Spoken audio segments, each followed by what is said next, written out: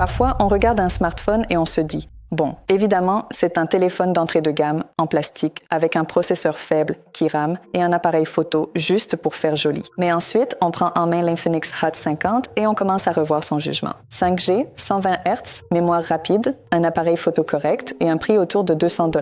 Et voici la question principale. Est-ce vraiment une option trop intéressante pour le prix ou bien sommes-nous simplement en train de baisser nos attentes pour les smartphones d'entrée de gamme?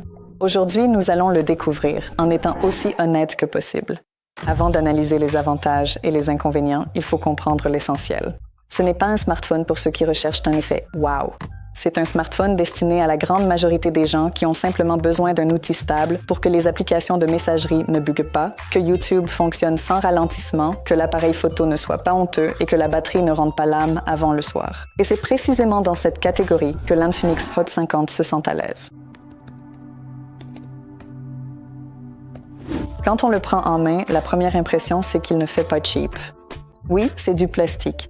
Oui, il n'y a pas de matériau premium, mais le boîtier est fin, soigné et léger pour sa taille. Il ne donne pas l'impression d'être un téléphone temporaire. Il dispose d'une protection IP54. Cela signifie que la pluie ou les éclaboussures accidentelles ne lui posent aucun problème. Pour le segment d'entrée de gamme, c'est déjà un standard élevé.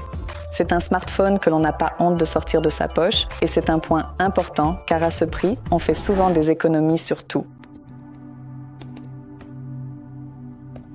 6,7 pouces, un grand écran.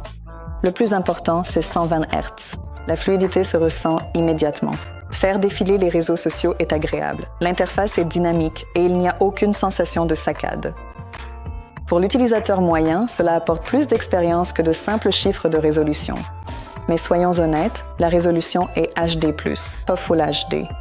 Si vous êtes habitué à des écrans plus nets, vous remarquerez la différence. Les petits textes ne sont pas aussi nets et moins d'informations tiennent à l'écran. C'est une mesure d'économie et c'est intentionnel, mais si vous passez d'un ancien smartphone ou que vous n'êtes pas un passionné de pixels, vous serez à l'aise.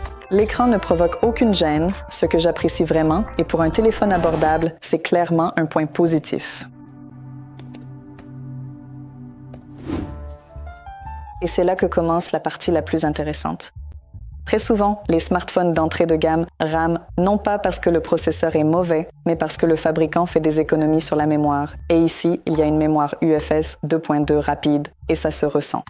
Les applications se lancent rapidement. Le téléphone n'hésite pas pendant plusieurs secondes et le passage d'une tâche à l'autre est stable. Le processeur MediaTek Dimensity 6300 est déjà à un niveau qui permet une utilisation quotidienne confortable.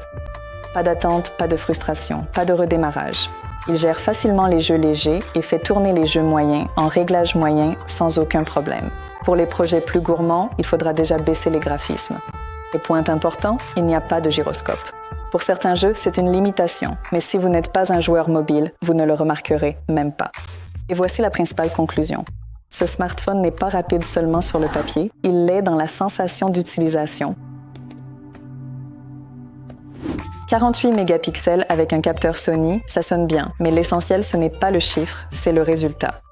De jour, les photos sont correctes, les couleurs naturelles, l'autofocus stable et le détail bon en entrée de gamme. Loin d'un flagship, c'est sans flou ni bruit. La nuit, sans surprise, c'est plus dur. Les détails chutent, du bruit apparaît, mais pour sa catégorie, l'appareil reste correct.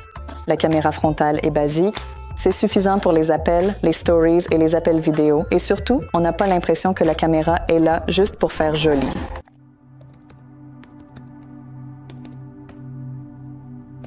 « 5000 mAh, c'est déjà une norme qui fonctionne. Une journée d'utilisation intensive, aucun problème. Si vous ne jouez pas et ne filmez pas beaucoup, vous pouvez tenir un jour et demi.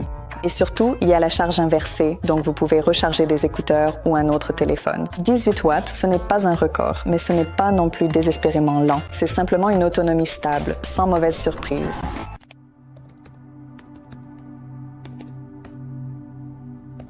Ce smartphone s'adresse aux étudiants, à ceux qui tiennent à la 5G, aux utilisateurs qui veulent une interface fluide, à ceux qui ne veulent pas payer trop cher pour une marque et à ceux qui en ont assez des téléphones d'entrée de gamme qui rament.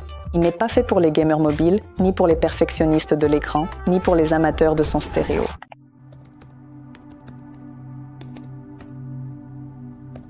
Alors, est-il trop bon pour son prix? Oui, parce qu'il n'est pas agaçant. On n'a pas l'impression d'avoir un appareil bas de gamme.